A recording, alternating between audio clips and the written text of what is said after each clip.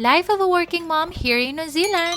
Hello! Diba, napakadaming beses ko nang nagde-day in my life vlog, pero itong evening routine ko talaga, parang once or twice ko pa lang ito na isi-share sa inyo. Bale, isi-share ko sa inyo yung evening routine ko kada weekdays. So, kada may pasok kami sa work and school, so ako nga yung nagda-drop off and nagpipick up kay Clay sa school. So, after ko niyang ma-pick up si Clay, pagbalik namin sa bahay ay nagpiprepare na ako ng lulutuin for dinner. Actually, Sunday pa lang ay nagluluto na ako ng mga 2 to 3 ulam, kasama na dyan yung pambaon namin ni Carlos sa work at pambaon din ni Clay. And usually, yung mga niluluto ko na yan ay kasya na yan for 2 to 3 days. Kaya hindi naman talaga ako araw-araw nagluluto. If ever nagluto ngayon, after 2 days naman yung next na luto. After magluto ay nagdi-dinner na kami. Then after that ay nagpiprepare ako ng babaunin namin ni Carlos sa work. Yung baon naman ni Clay ay in the morning ko na piniprepare para warm pa. Kami kasi ni Carlo pwedeng mag-microwave ng food sa workplace namin, pero si Clay ay walang chance, kaya sa morning ko pa piniprepare yung baon niya at nilalagay ko nga sa food flask. Then magpiprepare pa ako ng kutsara at toothpick na dadalhin ni Carlo sa work. Pero bago yung mga yan ay naghugas muna ako ng mga pinagkainan. Then nilalagyan ko ng tubig yung mga water bottle namin para dalhin namin upstairs. Kasi nga yung mga kwarto namin ay sa taas dahil itong bagong tinitirhan namin ay townhouse. Kaya para hindi taas baba, para kumuha at uminom lang ng tubig ay nagdadala na kami ng tubig sa taas. Then after ng lahat ng pagliligpit ay naliligo, nagwa-wash up at nag-skincare na at ready nang matulog. So ayun lang muna for today. See you again next time. Bye!